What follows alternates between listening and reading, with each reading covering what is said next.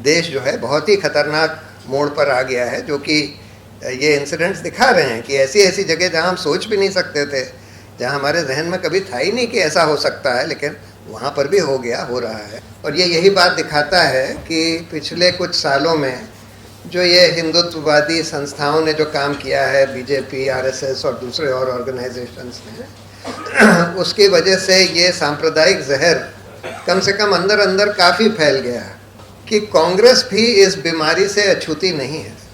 चाहे वो आइडियोलॉजिकली सांप्रदायिक ना भी हों, लेकिन कम से कम अपॉर्चुनिस्टिकली सांप्रदायिक हैं। उनको लगता है कि भाई हम सांप्रदायिक बन के वोट ले सकते हैं हिंदुओं की, इस तरह की भावना कांग्रेस में भी कई लोगों में आ गई है। राहुल गांधी जैसे नेता का ये दायित्व है कि वो इन लोगों को पार्टी से निकाल दें। देखिए, अगर हमको इन सब चीज़ों से बचना है तो हमको काउंटर मोबिलाइजेशन करना पड़ेगा। जो अच्छे लोग हैं, जिनके जहन में ये सांप्रदायिक जहर अभी नहीं घुसा है, उन लोगों को इकट्ठा करना होगा, उनको मोबिलाइज करना होगा। आज जो एक दूसरी प्रॉब्लम हो रही है वो गेटोइजेशन होता चला जा रहा है, कम्युनल गेटोइजेशन, कि मुसलमानों को एक जगह कर दो, हिंदुओं को एक जगह कर दो, उनका कम्युनिकेशन ख़त्म कर दो। देखिए, आपको इस रिपोर्ट में जो कुछ लिखा है मोटा मोटा बता दिया गया है। वो ये दिखा रहा है, और आपको ये भी बताया हमारे शिमला के फॉर्मर मेयर साहब ने, कि पहाड़ों में ये बीमारी नहीं थी, और इसलिए ये जब हिमाचल में हुआ, हम लोग भी ये समझते थे कि हिमाचल में ये सांप्रदायिकता की बीमारी नहीं है। तो इसलिए अब की बार बहुत आश्चर्य हुआ कि कितनी जल्दी से ये हो गया और कितनी तेज़ी से फैल गया हिमाचल के कई जगहों में। और ये यही बात दिखाता है कि पिछले कुछ सालों में जो ये हिंदुत्ववादी संस्थाओं ने जो काम किया है, बीजेपी, आरएसएस और दूसरे और ऑर्गेनाइजेशंस ने, उसकी वजह से ये सांप्रदायिक जहर कम से कम अंदर अंदर काफ़ी फैल गया है, और जिसकी वजह से इतनी जल्दी से ये मोबिलाइजेशन वगैरह कर सकते हैं और इस तरह के हालात बना सकते हैं।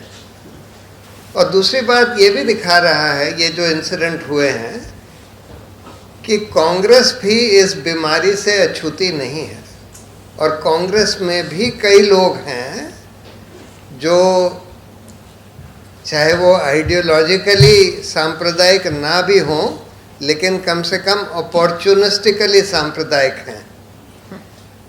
उनको लगता है कि भाई हम सांप्रदायिक बन के वोट ले सकते हैं हिंदुओं की, इस तरह की भावना कांग्रेस में भी कई लोगों में आ गई है। और ये बहुत खतरनाक चीज़ है, जिसमें कि खासकर ऐसे समय में जहाँ राहुल गांधी जो हैं भारत जोड़ो यात्रा कर रहे हैं, जिसका मेन मैसेज ये है कि भाई भारत एक देश है, सब सारे संप्रदाय जो हैं एक साथ मिलजुल कर रहते हैं, और उसी में हमारे देश की भलाई है, उसी में हमारी स्ट्रेंथ है।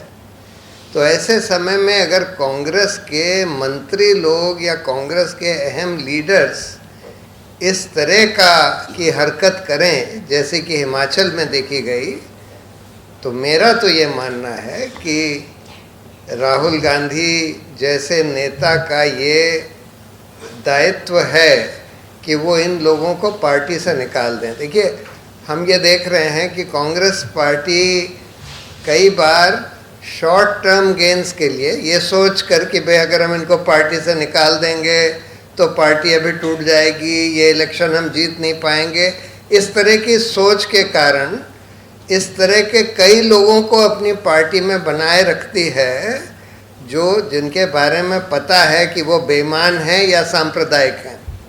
और इसलिए ये ज़रूरी है कि इन लोगों को ये बात समझनी चाहिए कि ये लॉन्ग रन में काउंटर प्रोडक्टिव है। आप इस तरह का सांप्रदायिक खेल भाजपा से बेहतर नहीं खेल सकते, इससे आपको कोई फ़ायदा नहीं होने वाला, इससे भाजपा को ही फ़ायदा होएगा। और तीसरी बात जो मेयर साहब ने बोली, ये सबसे ज़रूरी है। कि देखिए, अगर हमको इन सब चीज़ों से बचना है तो हमको काउंटर मोबिलाइजेशन करना पड़ेगा। जो अच्छे लोग हैं, जिनके जहन में ये सांप्रदायिक जहर अभी नहीं घुसा है, उन लोगों को इकट्ठा करना होगा, उनको मोबिलाइज करना होगा। मैं तो बहुत सालों से ये बात कहता हूँ कि देखिए, हमको लड़ाई दो स्तर पर लड़नी है। एक तो सोशल मीडिया पर, जो कि आज बहुत इम्पोर्टेंट हो गई, इंटरनेट मीडिया, सोशल मीडिया, जिसके ज़रिए भाजपा ने ये बहुत जहर फैलाया है व्हाट्सएप वगैरह के ज़रिए। लेकिन हम लोग उसको काउंटर कर सकते हैं। हम लोग भी, उनके तो पेड ट्रोल्स हैं, हम लोग वॉलंटियर आर्मीज बना सकते हैं, ग्रुप्स बना सकते हैं, कैंपेन्स कर सकते हैं, जो ये दिखाने के लिए कि भाई इससे ये सांप्रदायिक भावनाएं भड़काने से तो देश कमज़ोर होगा, आपस में लड़वाने से देश कमज़ोर होगा। और इसके हम पुराने बहुत सारे एग्जाम्पल्स दिखा सकते हैं कि कैसे मिलजुल कर लोग रहते रहे इस देश में, कि मुसलमानों ने कितना कंट्रीब्यूशन किया हमारे इंडिपेंडेंस स्ट्रगल में, और आरएसएस वगैरह का तो खैर बिल्कुल भी कोई कंट्रीब्यूशन नहीं था। तो वो हमको सोशल मीडिया पर भी करना है और वो हमको सड़क पर भी, ज़मीन पर भी करना है। मैं बहुत सालों से ये बात कह रहा हूँ कि हमको हर जगह, हर शहर में, शिमला जैसे शहर एकदम बिल्कुल राइप एग्जाम्पल है उसका, हमको एक कम्युनल हार्मनी कमेटी हर शहर में बनानी चाहिए। जहाँ पर भी हमको लगता है कि यहाँ पर सेंसिटिव हो गया है मामला, इस तरह के दंगे करे जा सकते हैं, वहाँ कम्युनल, जिसमें कि हर संप्रदाय के बहुत ही माने हुए लोग होने चाहिए जो सेकुलर हैं और वहाँ पर रिस्पेक्टेड हैं उस एरिया में, उस शहर में। उनकी कमेटी हो जो ये देखे कि कहाँ पर इस तरह की कुछ कोशिशें हो रही हैं, उसको नाकाम करने के लिए लोगों को आगाह करें। फिर इस तरह के फेस्टिवल्स और फंक्शंस ऑर्गेनाइज करें जहाँ पर हर संप्रदाय के लोग आपस में आकर मिलें जुलें। क्योंकि आज जो एक दूसरी प्रॉब्लम हो रही है वो गेटोइजेशन होता चला जा रहा है, कम्युनल गेटोइजेशन, कि मुसलमानों को एक जगह कर दो, हिंदुओं को एक जगह कर दो, उनका कम्युनिकेशन ख़त्म कर दो। तो इसको तोड़ने के लिए ये बहुत ज़रूरी है।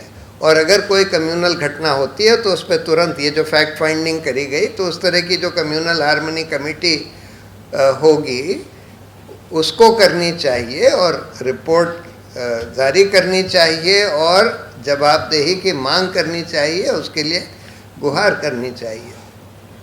तो हमको ये सब काम करने पड़ेंगे, क्योंकि अदरवाइज़ हमारा देश जो है बहुत ही ख़तरनाक मोड़ पर आ गया है, जो कि ये इंसिडेंट्स दिखा रहे हैं कि ऐसी ऐसी जगह जहां हम सोच भी नहीं सकते थे, जहां हमारे जहन में कभी था ही नहीं कि ऐसा हो सकता है, लेकिन वहां पर भी हो गया, हो रहा है। ये बहुत ही ख़तरनाक चीज़ है।